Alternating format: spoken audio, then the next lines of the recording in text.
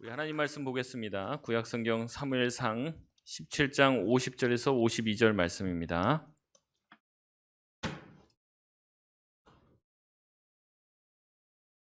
구약성경 사무엘상 17장 50절에서 52절 말씀입니다. 우리 한 절씩 교독하며 마지막 절 같이 읽도록 하겠습니다.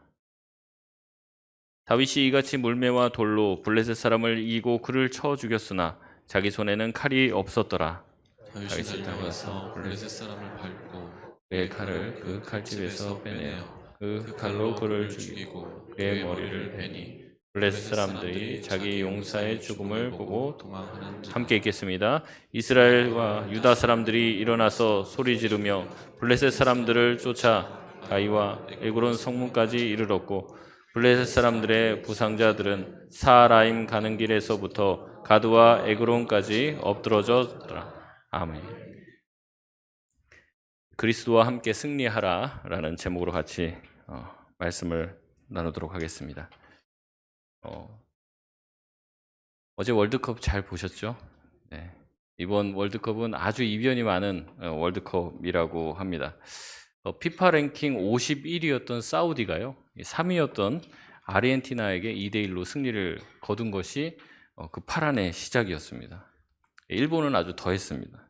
피파 랭킹 24위인데요. 11위인 독일과 7위인 스페인을 연달아 이겼습니다. 우리나라도 만만치 않죠. 우리나라 피파 랭킹이 28위라고 그래요.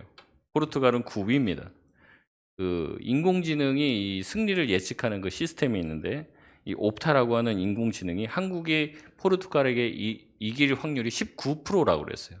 그리고 이제 ESPN이라고 미국의 이제 스포츠 전문 채널은 한국이 16강에 진출하는 것은 9%밖에 되지 않는다, 이렇게 얘기했습니다. 우리나라가 이걸 해낸 겁니다. 이것을 보고 이제 많은 언론들이 얘기를 했어요. 한국이 이 골리앗과 같은 이 포르투갈을 상대해서 다윗처럼 승리했다, 이런 기사를 냈습니다. 이기기 어려운 이제 강적을 앞에 두고 이 싸움을 하게 될 때 많은 언론들이 다윗과 골리앗의 대결이다, 이런 식으로 얘기를 하는 거예요. 그래서 객관적인 전력에서 보면은 이제 상대방이 굉장히 강하죠. 이기기가 어렵습니다. 그런데 상대적으로 약한 이 다윗처럼 보이는 그런 존재라고 해도 뭔가 꾀를 내고 지혜로운 전략을 세우고 그 상대의 방심한 틈을 타서 공격을 하면 이길 수도 있다라는 내용. 그래서 포기하지 말고 끝까지 한번 싸워봐라 라는 의미에서 이 다윗과 골리앗과의 대결이다, 이런 표현을 자주 쓴다는 거죠. 그래서 앞에 있는 상대방이 겉으로 보기에는 대단해 보여도 쫄지 말라는 겁니다. 한번 해볼만 하다는 거예요. 그의 약점을 잘 발견하고 연구를 하면 이길 수 있다라는 가능성의 의미에서 이 다윗과 골리앗의 대결이라는 표현을 자주 씁니다. 그런데 우리가 이런 이야기들을 하도 자주 듣고, 특별히 오늘 본문 말씀은 여러분 처음 듣는 것이 아니기 때문에 이미 내가 가지고 있는 선입견으로 이 본문을 보는 경우가 굉장히 많이 있습니다. 그러다 보니까 이 본문을 읽을 때 실제 이 본문이 우리에게 말하려고 하는 것을 읽지를 못하고, 우리가 그동안 많이 들어왔던 선입견으로 이 본문을 보니까 맨 그 얘기가 그 얘기인 거예요. 근데 신학교 처음 가면요, 교수님들이 그렇게 얘기합니다. 성경을 낯설게 봐야 된다, 그렇게 얘기해요. 낯설게. 마치 처음 성경을 읽는 것처럼 보지 않으면 우리가 가지고 있는 선입견에 막혀서 성경을 읽을 때마다 새로운 보화를 캐내는 게 아니라 맨 그 본문이 그 본문이에요. 그냥 그 뜻이 그 뜻인 줄 알고 자꾸 넘어간다는 거예요. 그 성경을 낯설게 보고 처음 보는 것처럼 보고 어떠한 선입견과 오해도 배제한 채 성경을 본문을 대할 때 우리가 그 본문이 실제로 우리에게 주시려고 하는 많은 부하들을 캐낼 수 있다라고 이야기를 합니다.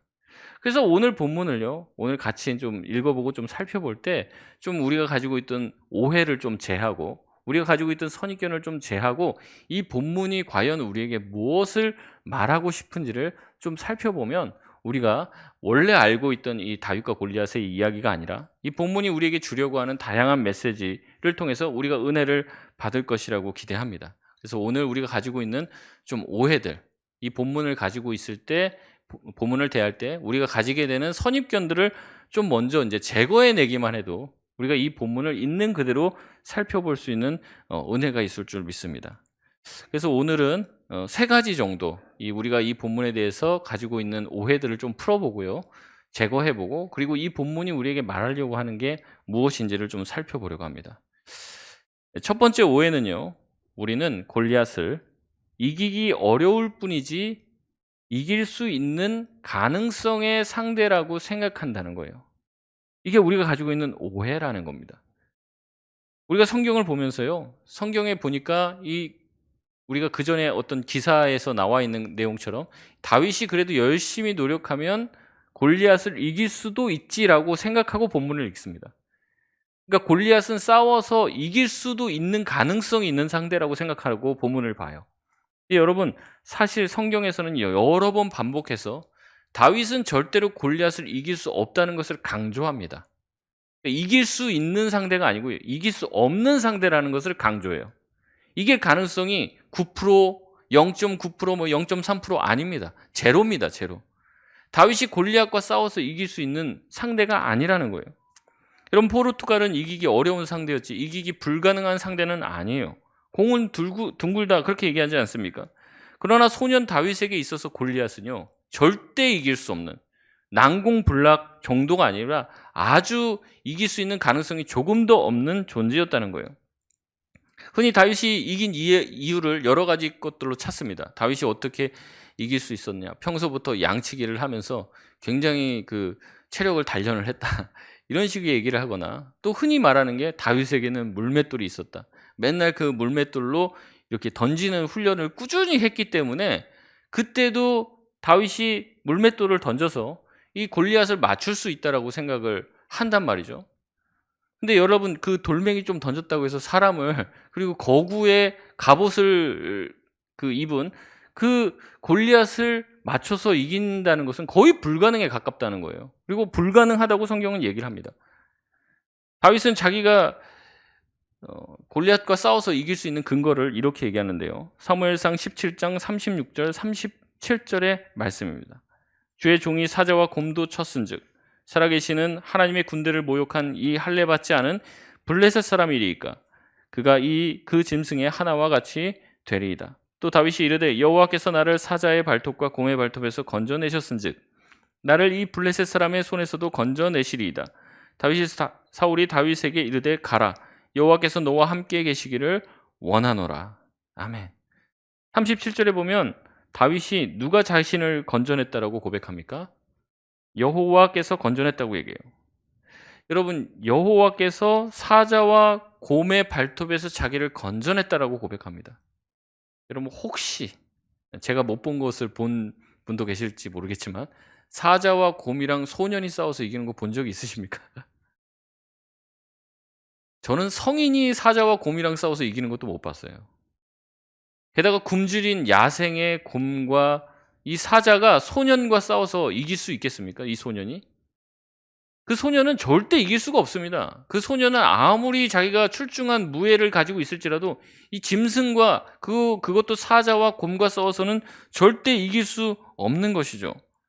동네에서 돌 좀 던졌다고 해서, 막대기 좀 휘둘렀다고 해서 곰이나 사자를 이길 수 있는 능력을 가지고 있는 게 아니에요.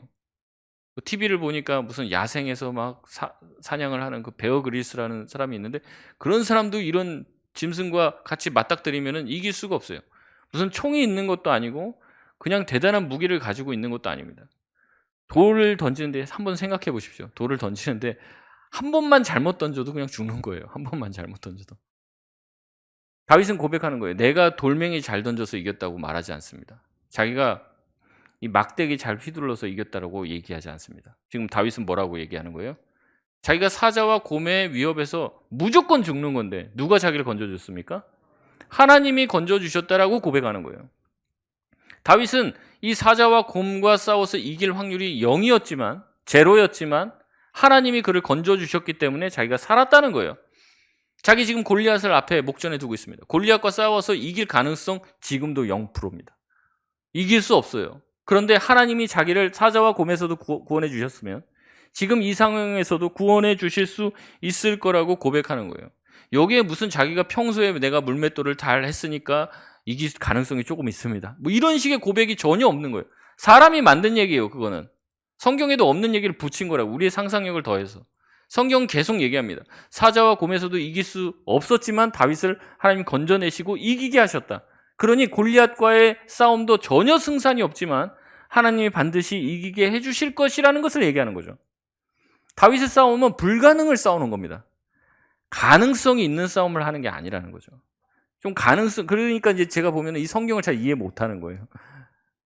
무슨 어려운 싸움, 가능성이 조금이라도 약한 싸움을 자꾸 다윗과 골리앗의 싸움에 자꾸 비유하는데, 다윗과 골리앗의 싸움은 애초에 승산이 제로인 싸움입니다. 조그마한 유초등부 우리 아이들과 어른들, 건장한 어른과 같이 싸워보라고 하십시오. 그 아이가 아무리 돌 잔 던진다 할지라도 이길 수 있냐는 거예요. 못 이겨요. 목숨을 걸고 싸우는 그 전장에선 더 힘든 것이라는 거죠. 여러분, 그러나 다윗은 이 사자와 이 곰의 발톱으로부터 건짐을 받았습니다. 여호와께서 그를 건져주셨다라고 고백을 하는 거예요. 이때 특별히 여호와라는 단어는요, 이 출애굽기에서 하나님이 모세에게 자기의 이름을 가르칠 때 쓰였던 단어입니다. 야훼 하나님, 여호와 하나님, 스스로 있는 자, 그 뜻을 가지고 있는 단어란 말이에요. 다시 말하면 다윗은 지금 무슨 고백을 하는 거냐면, 이스라엘 백성이 애굽에 종살이하고 있으면서 거기서 해방될 가능성이 0%였어요. 제로였어요. 그런데 거기서 노예들이 해방을 하고 출애굽을 할 수 있었던 것은 하나님의 놀라우신 10가지 기적을 통해서 그것이 가능했다는 거죠. 그랬다면 그 하나님이 지금 나와 함께 하셔서 나도 사자와 곰의 발톱에서 건져주셨어요. 그러면 당연히 우리 민족과 우리 백성, 또 자기 자신도 이 골리앗의 위협과 칼과 창에서도 건져주실 것이라는 믿음의 고백을, 이 출애굽기부터 이어온 하나님께서 이스라엘 백성을 구원해 주신다는 그 사실을 마음 가운데 믿고 믿음으로 고백하며 나아가는 것이에요. 여러분, 하나님은 성경에서 계속 얘기해요. 하나님은 어떤 분이십니까? 구원의 하나님이에요. 위기 가운데 건져주시는 하나님이에요. 절망 가운데서 빠져나오게끔 하시는, 주의 백성을 도우시고 건져내시는데 1등이신 분이 바로 우리 하나님이라는 거죠. 그 고백을 하는 겁니다. 이스라엘 백성이 종살이하고 있던 애굽에서 빠져나오게 하시겠다는 약속을 아무도 믿지 않았어요. 하지만 하나님은 그 약속을 하셨고 그 약속을 지키신 겁니다. 이스라엘 백성이 같이 뭉쳐서 무슨 조직을 만들고 위대한 지도자를 세우고 무슨 데모를 하고 쿠데타를 일으켜서 나온 게 아니에요. 전적으로 하나님의 건지신, 하나님의 압도적인 구원의 손길로 그들이 출애굽의 은혜를 경험한 것이죠. 이 사실이 다윗에게는 믿어진 거예요. 그리고 그 믿음을 가지고 나아간 거죠. 그래서 하나님이 승리케 하신 것입니다. 다윗이 돌 던지는 그 연습을 통해서 무슨 그런 가능성 있는 싸움을 한 것이 아니라는 거예요. 이길 수 없는 싸움에 다윗은 지금 뛰어든 겁니다. 하나님만 바라보고. 자기 실력 믿고 나간 게 아닙니다. 하나님만 바라보고. 그러니까 하나님 이외의 다른 모든 것들이 어때요? 거추장스러운 거예요. 갑옷도 도움이 안 됩니다. 칼도 도움이 안 됩니다. 애초에 그것 의지하고 나온 게 아닙니다.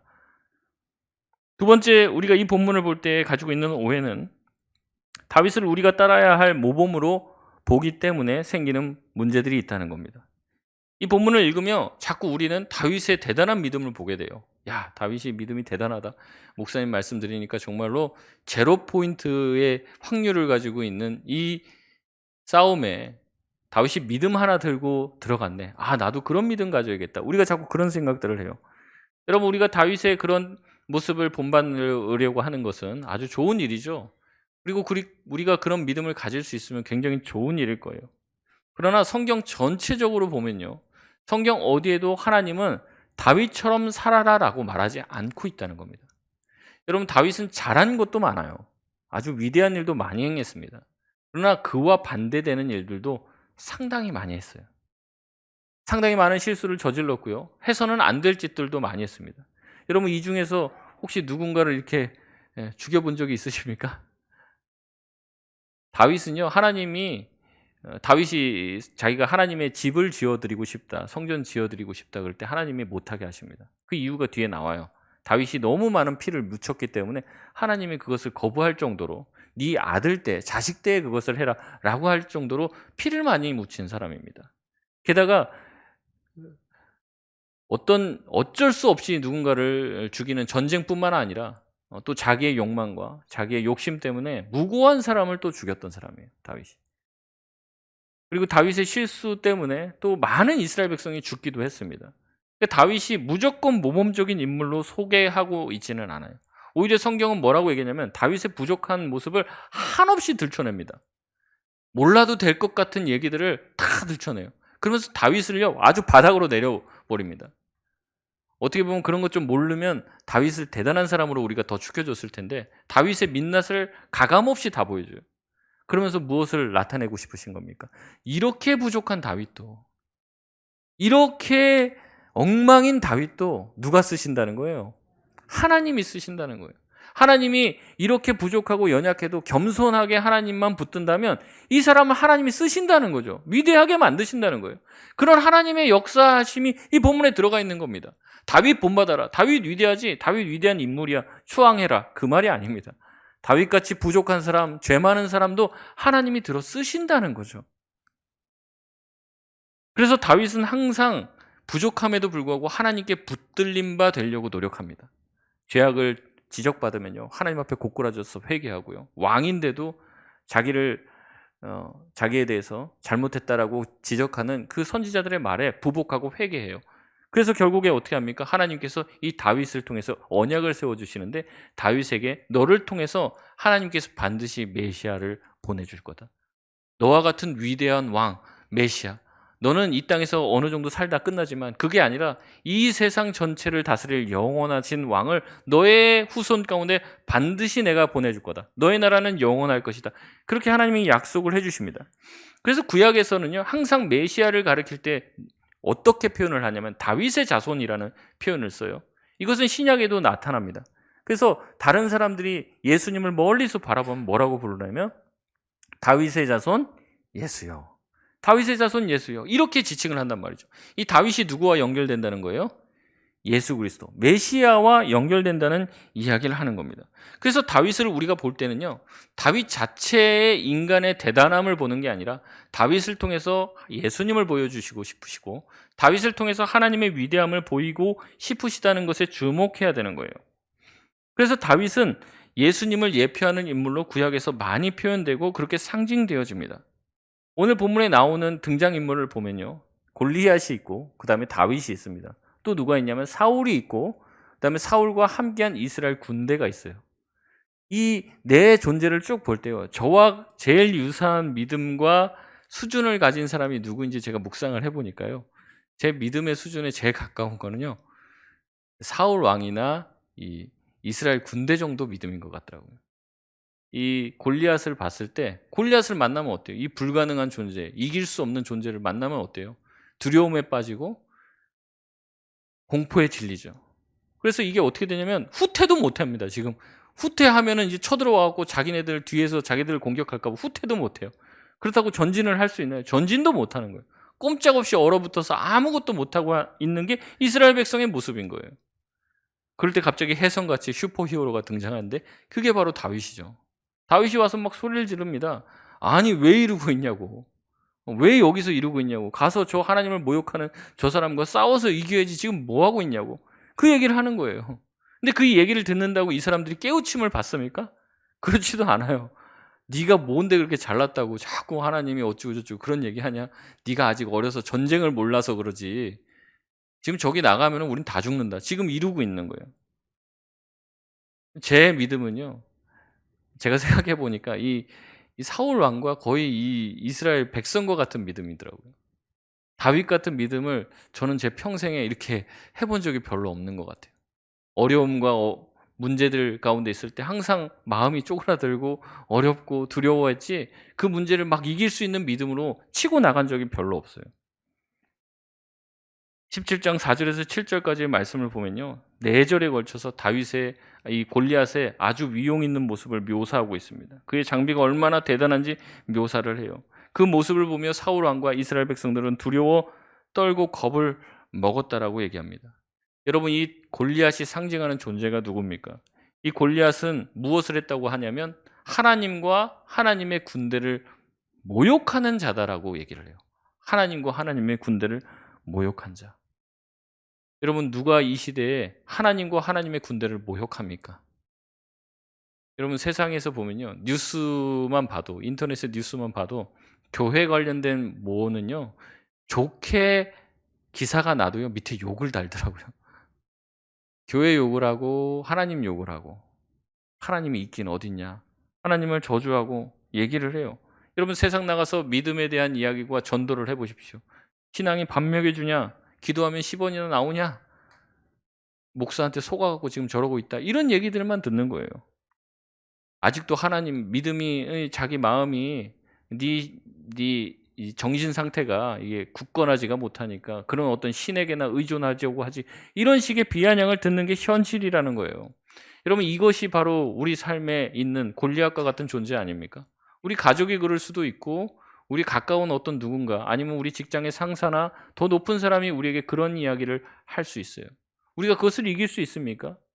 근데 여러분 그런 사람들을 맞닥뜨렸을 때 다윗처럼 어디 가면서 하나님을 모욕하냐고 우리가 그렇게 하면서 그 사람과 싸워서 승리할 수 있는 마음이 드냐는 거죠. 대부분은 그런 반응을 보면은 모른 채 하죠. 그냥 아 그래 내가 예수님 때문에 참는다 넘어가죠. 그냥 모른 채 하거나 들으려고 하지 않고 어때요? 이스라엘 백성처럼 전진도 못하고 후퇴도 못하고 애매한 자리에 서 있는 거예요. 세상에 나가서 이력 썼을 때 너의 성실함을 증명해봐라. 저는 주일 성수를 꼭 했고요. 11조도 빼먹지 않고 새벽기도 열심히 나갔습니다. 여러분 이런 얘기들 하면 세상 사람들이 인정해 주냐는 말이에요. 그렇지 않다는 거죠. 면접을 보면 이런 질문을 받는다고 그래요. 회사에서 일이 있어서 네가 기독교라고 하는데 주일날 출근할 수 있냐 없냐? 할 수 있다고 하면 합격시켜주고 출근 못한다 하면은 이제 안 된다는 거죠. 자영업자 하시는 분들은 아실 겁니다. 주일날 가게를 문을 닫는다는 건 엄청난 일이고요. 일주일의 매출이 주일날 하루에 다 나옵니다. 그걸 믿음으로 내가 닫을 수 있을까요? 쉽지 않은 문제예요. 골리앗 앞에 서 있는 것 같은 느낌을 받는다는 거죠. 교회에서는 신앙이 통하는데 교회 안에서는 하나님이 살아계시는 것 같은데 교회 밖에서는 하나님이 안 통합니다. 신앙이 아무 소용이 없는 것 같아요. 신앙이 오히려 나를 힘들게 하는 것만 같습니다. 이런 이야기를 들으면 골리앗을 만난 거예요. 골리앗을. 이길 수가 없죠. 신앙 좋은 게 자기를 바보와 같이 만드는 것 같이 느껴집니다. 두려움에 떨게 되는 거죠. 이러지도 못하고 저러지도 못하는 모습. 다윗의 모습보다는 사울과 이 이스라엘 백성의 모습과 더 가까운 것 아닙니까? 여러분 이 모습이 잘못되었을까요? 저는 그렇지 않다고 생각합니다. 아주 자연스러운 모습입니다. 다 보통 사람들이잖아요. 다 그런 거예요. 우리 믿음이 대단한 것 같지만 실제로 골리앗 안 만나서 그렇지 골리앗 만나면 그 앞에서 다 이래요. 근데 누가 나타났다고요? 다윗이 나타난 겁니다. 다윗은 이 모든 것을 전혀 모르는 것처럼 혜성처럼 등장해서 이야기를 하는 거예요. 17장 26절에 보면 살아계신 하나님 이렇게 얘기합니다. 36절에 살아계신 하나님 또 얘기합니다. 야, 하나님이 죽었냐? 너희들을 애굽에서부터 인도하신 하나님, 지금 우리나라를 이곳까지 인도하신 하나님, 그 하나님 돌아가셨냐? 아니지 않나요? 하나님은 지금 살아계시다. 지금 우리와 함께 계시다. 그러니 저 골리앗이 뭐가 두렵냐? 이렇게 얘기하는 거예요.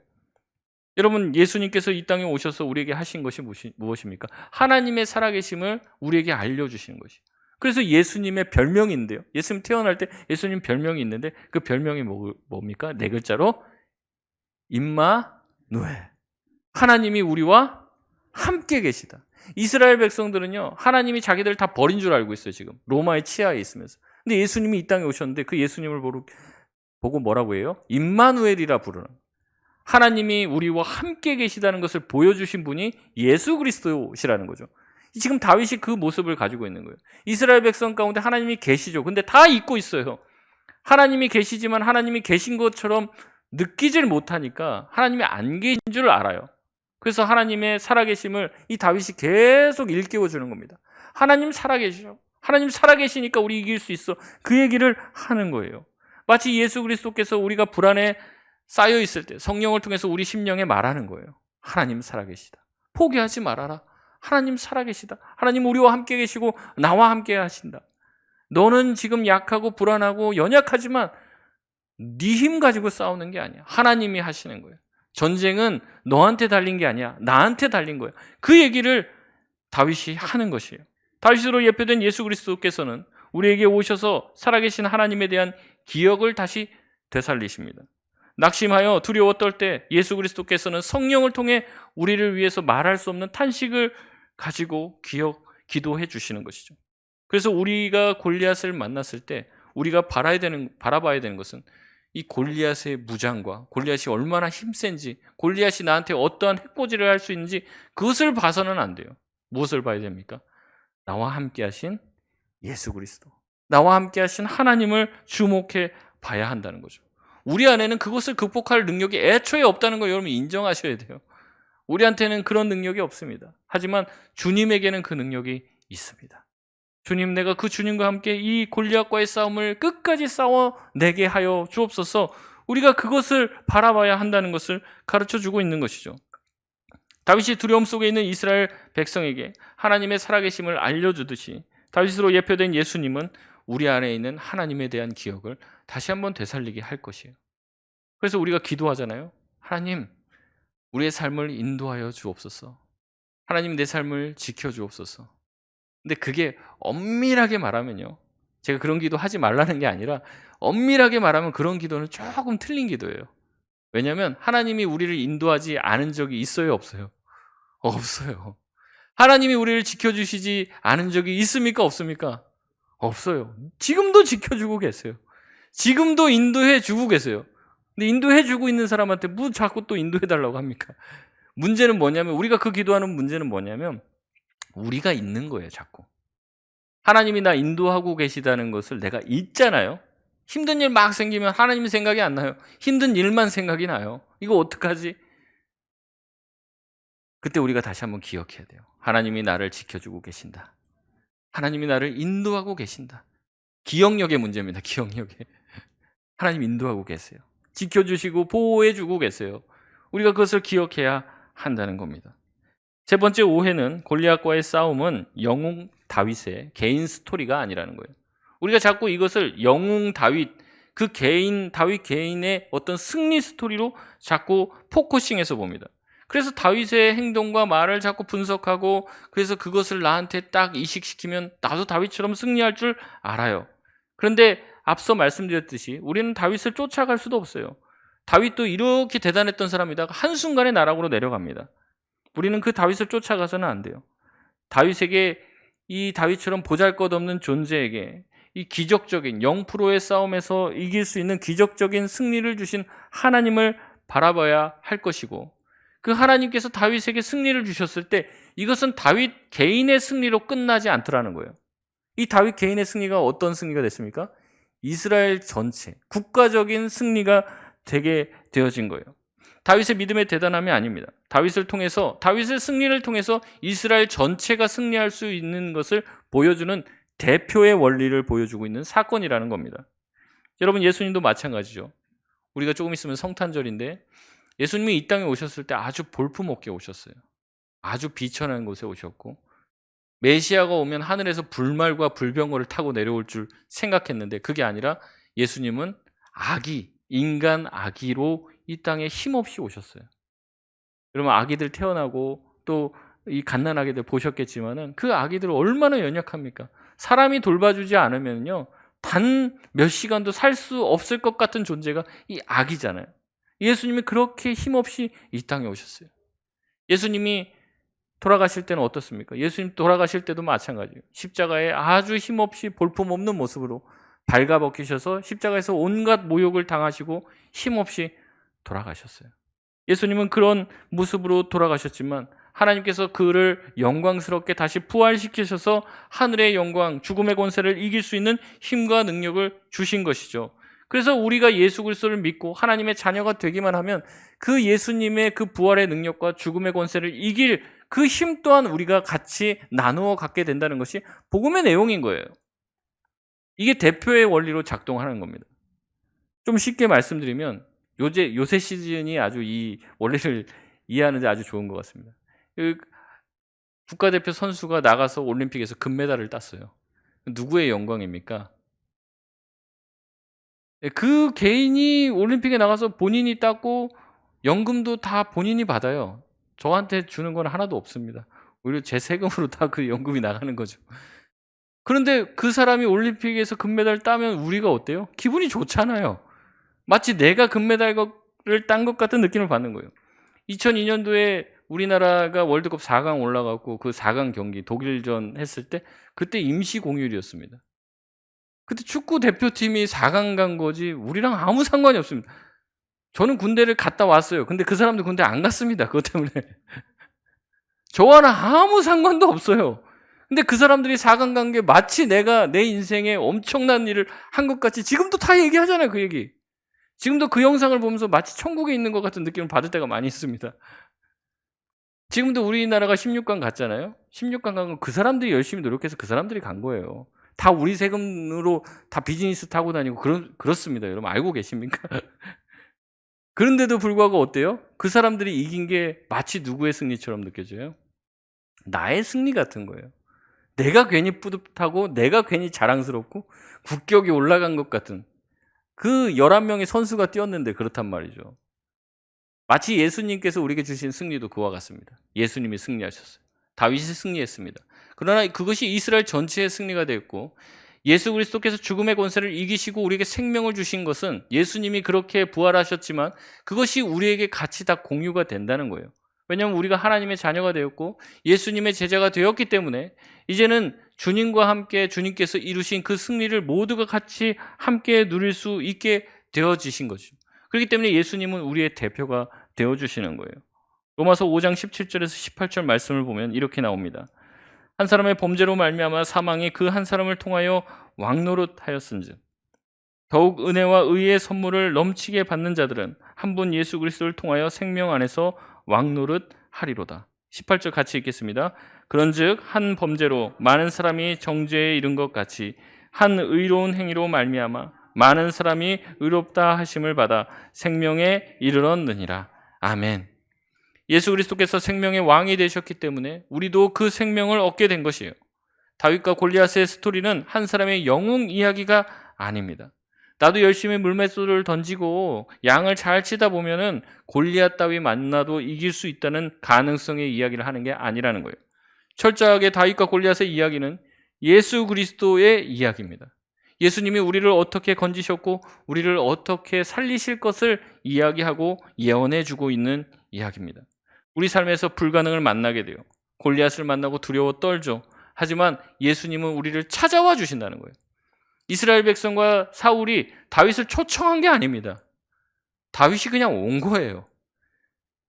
우리가 예수님을 만나기 위해서 노력한 게 아니라 예수님이 우리를 찾아오신 거죠. 그리고 골리앗을 만나서 오고 가지도 못하고 이렇게 두려워 떨고 있는 우리를 건져주시는 거예요. 전부 하나님이 하신 것이죠. 신앙은요, 믿음 없는 우리에게 예수님이 찾아오셔서 십자가의 은혜와 구원을 베풀어 주신다는 것을 받아들이는 겁니다. 받아들이는 거. 내가 한 게 아무것도 없고 내가 가지고 있는 것도 돌아보면 다 하나님이 주셨다. 이것을 믿음으로 고백하는 게 신앙이에요. 우리는 대단한 믿음의 소유자가 아닙니다. 십자가 앞에서 다 도망간 제자 같은 모습이 다 우리예요. 제자들이 믿음 되게 좋은 줄 알았죠. 예수님 오면은 자기네들이 목숨을 다해서 지킬 거라고 하지만 실제 위기가 닥치니까, 실제 골리앗이 찾아오니까 다 도망가요. 다 도망가. 그렇게 앞에서 그렇게 예수님을 변호했던 베드로는 예수님 코앞에서 예수님을 3번이나 부인하고 심지어는 저주까지 합니다. 그게 우리의 볼품없는 믿음이에요. 그런데 그런 우리 또한 예수님은 용서해 주시죠. 십자가 부활의 은혜를 주시고 우리에게 회복의 은혜를 주시는 거예요. 성령을 통해 우리의 마음을 감화시키시고 우리를 하나님의 자녀 삼아 주시는 것입니다. 그리고 그것을 믿고 받아들이는 자는 죽음은 모든 사람에게 다 공평하게 임하는 거예요. 하지만 죽음 이후에 영생의 선물을 주시겠다. 부활의 소망을 주시겠다 약속하고 계십니다. 그렇기 때문에 그리스도는 어제나 오늘이나 내일이나 우리에게 유일한 소망이 되어주십니다. 말씀을 맺겠습니다. 우리는 일상에서 매일 골리앗을 만나요. 이 골리앗을 만나면 우리는 두려움과 불안과 불신앙 가운데 빠지게 되죠. 그러나 여기에서 건져줄 수 있는 존재는 아무도 없습니다. 오직 예수 그리스도만 우리를 골리앗의 손에서 건져낼 수 있다는 거예요. 우리가 그 골리앗을 주목하지 마시길 바랍니다. 우리를 건져내시는 하나님을 주목하시길 바라요. 예수님이 이미 이루신 승리, 예수님은 이기실 수 있잖아요. 예수님이 이기신 승리를 본인이 독점하는 게 아니라 우리에게 나눠주신다는 거예요. 그래서 주님과 함께 승리를 누리게 되고 예수님이 여시는 천국잔치에 우리 모두가 참여할 수 있게 된다는 것이죠. 여러분, 예수님을 바라보시길 바랍니다. 예수님을 사랑하시길 바랍니다. 예수님에게만 붙어 있으면 돼요. 다른 게 문제가 아닙니다. 우리가 예수님과 함께하지 않음이 문제가 되는 거예요. 날마다 예수님을 바라보고 예수님을 자랑하고 예수님 가운데만 거할 수 있는 저와 여러분 되시길 바랍니다. 우리 이 시간 찬양하며 기도하겠습니다.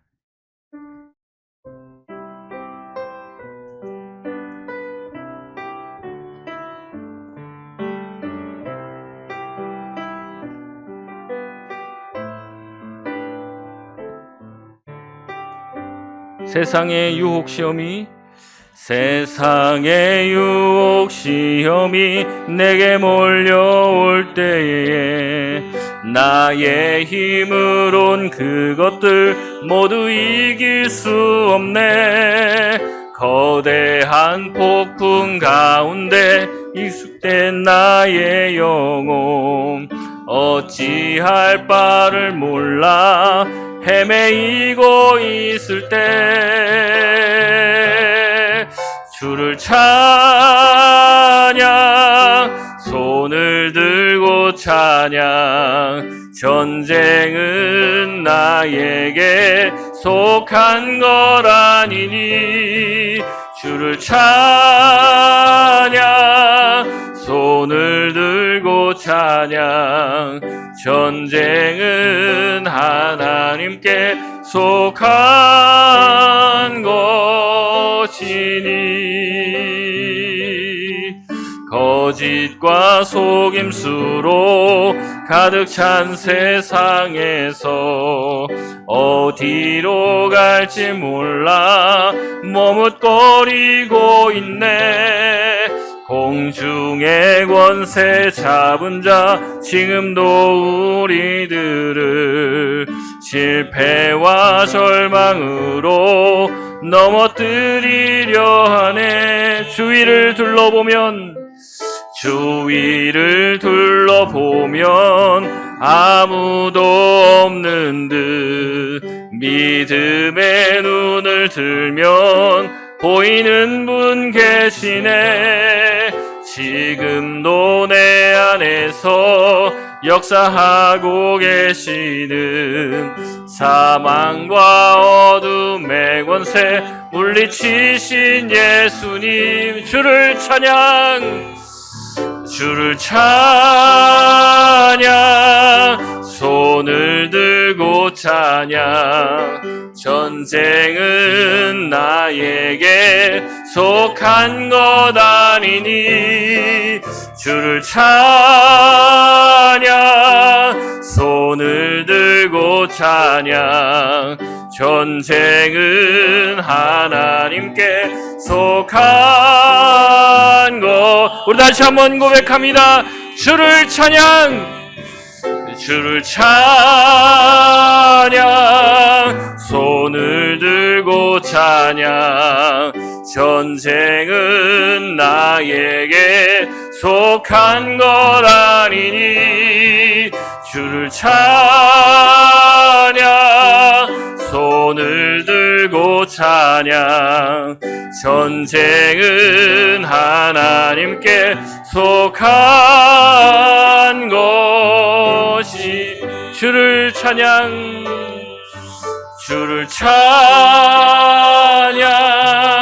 손을 들고 찬양.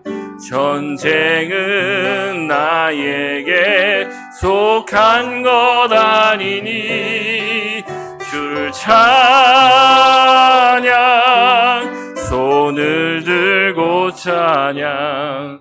전쟁은 하나님께 속한 것이니. 우리 시간 합심해서 기도하겠습니다. 주님, 우리 삶에 우리를 힘들게 하고 우리를 두렵게 하는 골리앗들이 있습니까? 주님, 우리의 능력과 우리의 힘으로는 이것들을 이길 수 없다는 것을 깨닫게 하여 주옵소서. 오직 그리스도께서 아버지 이기실 수 있다는 것을 기억하며 주님께서 그 승리를 우리 가운데 허락하여 주신다는 것을 믿고 주님만 바라보며 살아갈 수 있는 우리의 삶이 되게 하여 주시옵소서. 주님을 붙들 때 끝까지 붙들게 하여 주시옵소서. 반드시 주님께서 승리하여 주실 줄 믿습니다. 승리하신 주님이 나와 함께하여 주심을 믿습니다. 주님께서 나를 지켜주시고 나의 삶을 인도하여 주실 것이라는 것을 믿고 주님 바라보는 인생 되게 하여 주옵소서. 우리 통성으로 기도합니다. 하나님 아버지 감사합니다. 주님 아버지 우리 가운데 함께하여 주시고 주님 우리 가운데 주신 하나님의 놀라우신 은혜를 기억하며 살아가게 하여 주옵소서. 오직 예수 그리스도 한 분만 바라보게 하여 주시옵고 아버지 인생의 여러 가지 문제 가운데 쌓여 있을 때 아버지 그 문제에만 집중하지 않게 하여 주시고 그 문제 뒤에서 역사하시는 하나님의 존재를 목도하게 하여 주시옵소서. 믿음으로 기도하게 하여 주시옵소서. 하나님 이 시간 가운데 우리 찾아오셔서 우리 삶을 가로막고 있는 모든 아버지 골리앗의 세력 가운데 우리가 승리할 수 있도록 주님 우리 가운데 은혜를 베풀어 주시고 성령으로 함께하여 주셔서 두려워 떨고 낙심하고 있는 우리를 다시 한번 일으켜 세워 주시옵소서. 주님과 함께 승리하는 삶이 되게 하여 주시옵소서. 주님께서 우리를 반드시 이겨주실 줄 믿습니다. 하나님 두려움과 절망 가운데 빠져있지 않게 하여 주시고 아버지 우리를 찾아 우리를 구원해 주시는 예수 그리스도 아버지 그분의 은혜 가운데 감사하며 살아갈 수 있는 우리의 삶이 되어지게 하여 주시옵소서. 주님이 우리와 함께 하여 주실 줄 믿습니다. 주님이 우리 가운데 함께 하여 주실 줄 믿습니다. 우리를 인도하시며 지켜주시고 보호하여 주실 줄 믿습니다. 과거에도 그랬듯이 지금도 그랬듯이 앞으로도 그렇게 하여 주실 줄 믿습니다. 주님 한 번만 바라보며 나아갈 수 있도록 인도하여 주시고 아버지 우리가 앞에 우리 삶에 거대하게 가로막고 있는 아버지 모든 악한 세력들 가운데서 우리가 승리할 수 있는 사람들 되게 하여 주시고 주님 주신 말씀으로 인하여서 늘 장능함 아버지 주님 기뻐하시는 모양대로 살아갈 수 있는 모든 성도들이 될 수 있도록 인도하여 주옵소서. 사랑이 많으신 주님 감사합니다. 아버지 삶의 많은 문제들 가운데 우리가 휩싸여 있음을 주님 앞에 고백합니다. 골리앗들이 한 명이 아니고 2명, 3명, 셀 수 없을 정도로 많은 골리앗들이 우리 삶에 있습니다. 주님 그것들 가운데 우리가 절망과 두려움에 빠질 때가 얼마나 많습니까? 주님 우리에게 은혜를 베풀어 주시옵소서. 다윗처럼 찾아와 골리앗들을 무찔러 주시옵소서. 우리를 지켜주시고 우리에게 승리를 허락하여 주시옵소서. 우리 가운데 그 능력이 없다는 것을 주님 앞에 고백합니다. 주님 우리는 연약하고 부족합니다. 하지만 나와 함께 하시는 예수 그리스도께서 강하신 줄 믿습니다. 전쟁은 세상 사람들의 손에 달린 것이 아니라 오직 하나님의 손에 달린 줄 믿습니다. 그 믿음 가지고 나아가게 하여 주시옵소서. 주님께서 이기실 줄 믿습니다. 그 믿음과 그 승리의 열매를 우리와 함께 나누실 줄 믿습니다. 그 믿음 가지고 날마다 승리하게 하여 주시고 세상의 문제들 바라보지 않게 하여 주시고 우리를 구원하실 예수 그리스도 한 번만 바라보게 하여 주셔서 주님을 바라볼 때 모든 문제가 아무것도 아님을 발견하고 경험할 수 있는 우리 모든 성도들 되게 하여 주옵소서. 우리 삶에 승리 주실 주님을 찬양하며 모든 말씀 사랑이 많으신 예수님의 이름으로 기도드리옵나이다. 아멘.